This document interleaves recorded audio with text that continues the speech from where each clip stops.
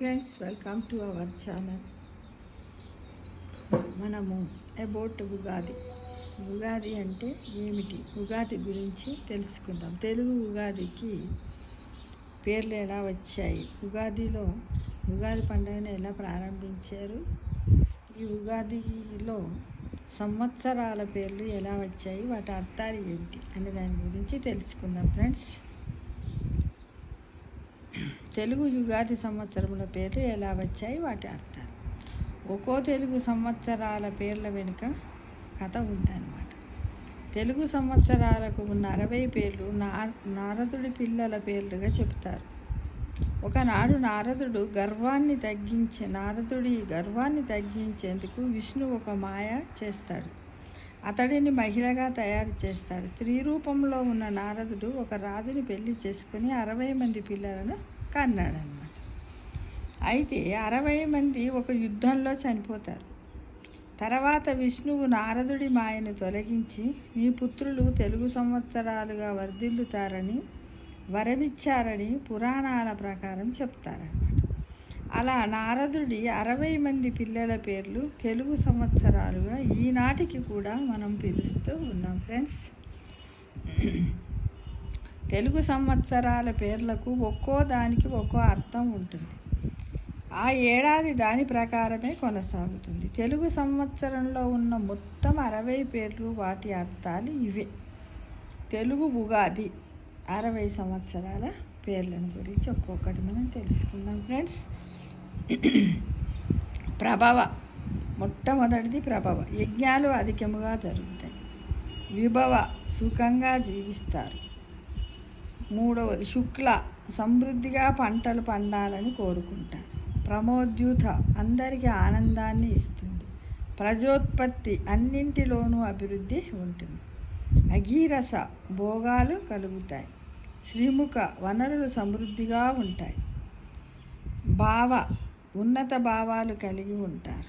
యువ, వర్షాలు కురిపించి పంటలు సమృద్ధిగా చేతికి అందుతాయి.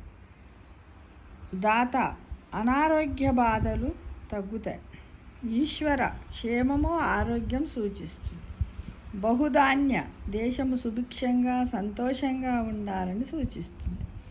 ప్రమాది, వర్షాలు మధ్యస్థంగా ఉంటాయి. విక్రమ, పంటలు బాగా పండి రైతన్నలు సంతోషిస్తారు, విజయాలు సాధిస్తారు. వృష, వర్షాలు సమృద్ధిగా కురుస్తాయి. చిత్రభాను, అద్భుతమైన ఫలితాలు పొందుతారు. స్వభావ, క్షేమము ఆరోగ్యం. తారణ, మేఘాలు సరియైన సమయంలో వర్షించి సమృద్ధిగా వర్షాలు కురుస్తాయి. పార్థివ, ఐశ్వర్యము సంపద పెరుగుతాయి. వ్యయ, అతివృష్టి అనవసర ఖర్చులు. సర్వజిత్తు, సంతోషకరముగా చాలా వర్షాలు కురుస్తాయి. సర్వాధారి, సుభిక్షంగా ఉంటారు. విరోధి, వర్షాలు లేకుండా ఇబ్బందులు పడే సమయం. వికృతి, ఈ సమయం భయంకరంగా ఉంటుంది.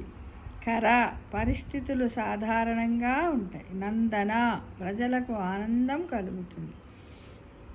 విజయ, శత్రువులను జయిస్తారు. జయ, లాభాలు, విజయం సాధిస్తారు. మన్మద, బాధలు తొలగిపోతాయి. దుర్ముఖి, ఇబ్బందులు ఉన్నా క్షేమంగానే ఉంటారు. హేవలంబి, ప్రజలు సంతోషంగా ఉంటారు. విల్లంబి, సుభిక్షంగా ఉంటారు. వికారి, ఇది అనారోగ్యాన్ని కలిగిస్తుంది. శత్రువులకు చాలా కోపం తీసుకొస్తుంది. శార్వరి, పంటల దిగుబడి తక్కువగా ఉంటుంది. ప్లవ, నీరు సమృద్ధిగా ఉంటుంది. శుభకృతు, శుభాలు కలిగిస్తుంది. శోభకృతు, లాభాలు ఇస్తుంది. క్రోధి, కోపం కలిగిస్తుంది. అంటే ఇప్పుడు 2024 యుగాదిలో మనది క్రోధీనామ సంవత్సరం. ఇది 60 సంవత్సరాలలో 38వ సంవత్సరం. ఫ్రెండ్స్, విశ్వాసు, ధనము సమృద్ధిగా ఉంటుంది. ప్రభావ, ప్రజల పరాభవాలకు గురవుతారు. ప్లవంగ, నీరు సమృద్ధిగా ఉంటుంది. కీలక, పంటలు బాగా పండుతాయి. సౌమ్య శుభ ఫలితాలు అధికము.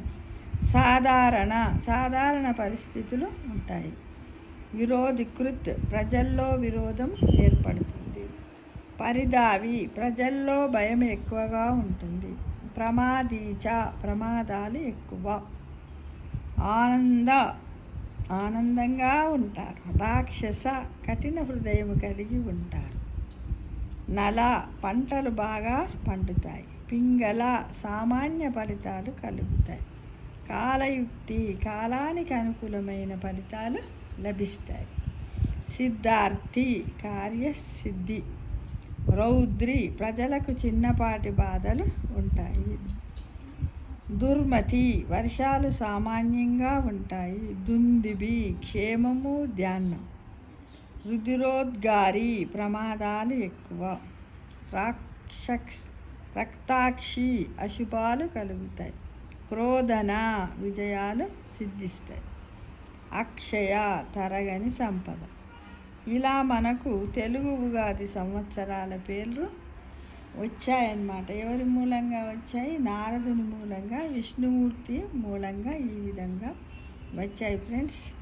కాబట్టి ప్రతి ఒక్కరు కూడా మనం ఏదన్నా ఒక విషయం గురించి మనము వాటి యొక్క అవి ఎలా వచ్చాయి, ఏ విధంగా వచ్చాయి, ఎవరు పెట్టారు, ఏంటి అనే విషయాల గురించి మనం తప్పకుండా తెలుసుకుంటూ ఉండాలి ఫ్రెండ్స్. ఓకేనా ఫ్రెండ్స్? అందరికీ కూడా మరొకసారి ఉగాది శుభాకాంక్షలు తెలియజేస్తున్నాను. Thank you for watching.